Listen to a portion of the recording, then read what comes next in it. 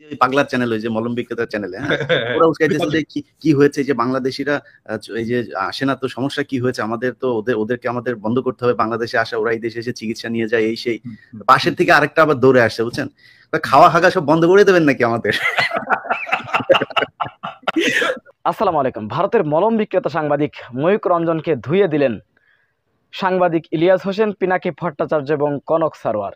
সুপ্রিয় দর্শক, লাইভে ভারতীয় মলম বিক্রেতা ময়ূক রঞ্জন ঘোষ, আপনারা তাকে চেনেন মলম বিক্রেতা সাংবাদিক হিসেবে, মলম সাংবাদিক হিসেবে। সেই মলম সাংবাদিকের পিছনে মলম লাগিয়ে দিয়েছেন সাংবাদিক ইলিয়াস হোসেন। সুপ্রিয় দর্শক, আমরা বিস্তারিত দেখে আসবো। ওই যে পাগলার চ্যানেল, ওই যে মলম বিক্রেতার চ্যানেলে, হ্যাঁ, ওরা উস্কাইতেছে যে কি হয়েছে, যে বাংলাদেশিরা এই যে আসে না, তো সমস্যা কি হয়েছে, আমাদের তো ওদেরকে আমাদের বন্ধ করতে হবে, বাংলাদেশে আসা, ওরা এই দেশে এসে চিকিৎসা নিয়ে যায়, এই সেই। পাশের থেকে আরেকটা আবার দৌড়ে আসছে, বুঝছেন, খাওয়া হাগা সব বন্ধ করে দেবেন নাকি আমাদের? আসতে আসতে বলছেন ওদের যে অবস্থা খারাপ।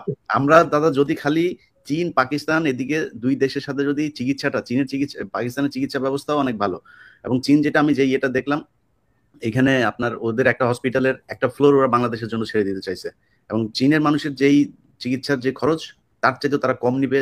তারপর চিটাগাং এর সাথে একটা বোধহয় স্পেশাল ওরা একটা রুটও করতেছে ফ্লাইটের জন্য, যেহেতু আমাদের মানে স্থল পথে যাওয়ার সুযোগ নাই, এবং সেটা খুব চিপ রেটে করার জন্য।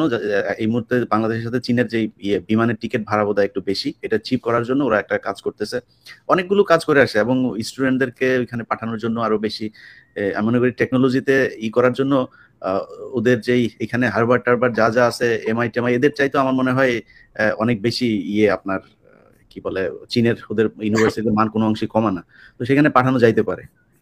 মানে ইলিয়াস, ধরেন যে মানে ইন্ডিয়ান দাসত্বের চেয়ে আমি মনে করি যে চীনের সাথে বন্ধুত্ব বা আমেরিকার সাথে বন্ধুত্ব অনেক বেশি গুরুত্বপূর্ণ হবে বাংলাদেশের জন্য।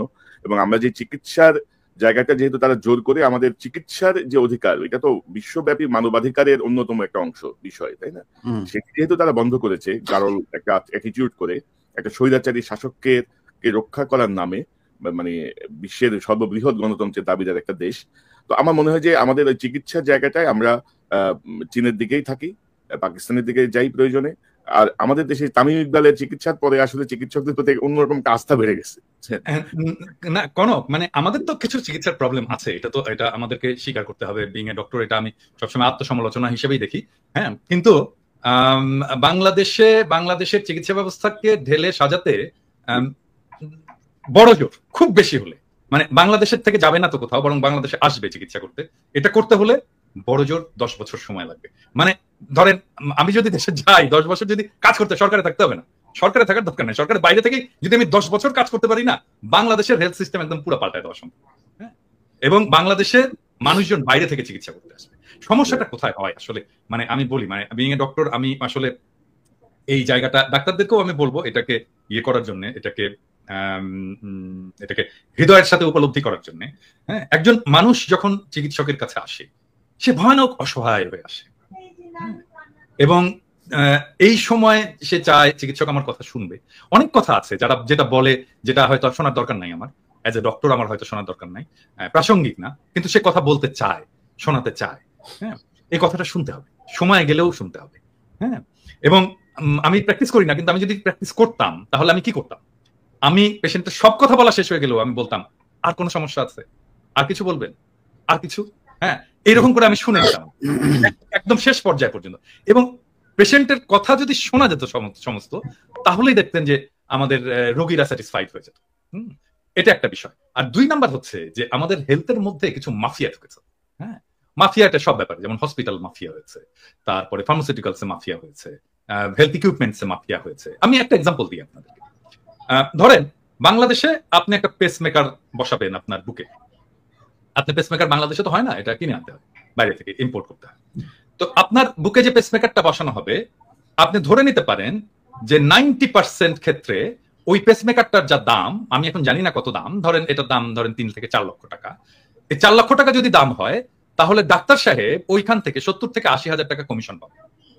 হ্যাঁ, আমার সাথে চ্যালেঞ্জ করতে এসেন না ডাক্তার সাহেবেরা এবং ডিভাইস কোম্পানিরা, চ্যালেঞ্জ করতে এসেন না, আমি একেবারে খাইয়া দেবো কিন্তু। হ্যাঁ, তো তাহলে এই যে 70,000 টাকা গেল, এই টাকাটা তো পেশেন্টের পকেট থেকে গেল, এবং এটা তো ডাক্তারের দরকার ছিল না, কারণ ডাক্তার তো ডিভাইসের মালিক না, ডিভাইসের মালিক তো ডিভাইস কোম্পানি, ডিভাইসের একটা দাম আছে, তৈরি হয়েছে, এবং এই দামটা আমি পেশেন্টের পকেট থেকে বের করে আমি ডাক্তারকে দিয়ে দিলাম।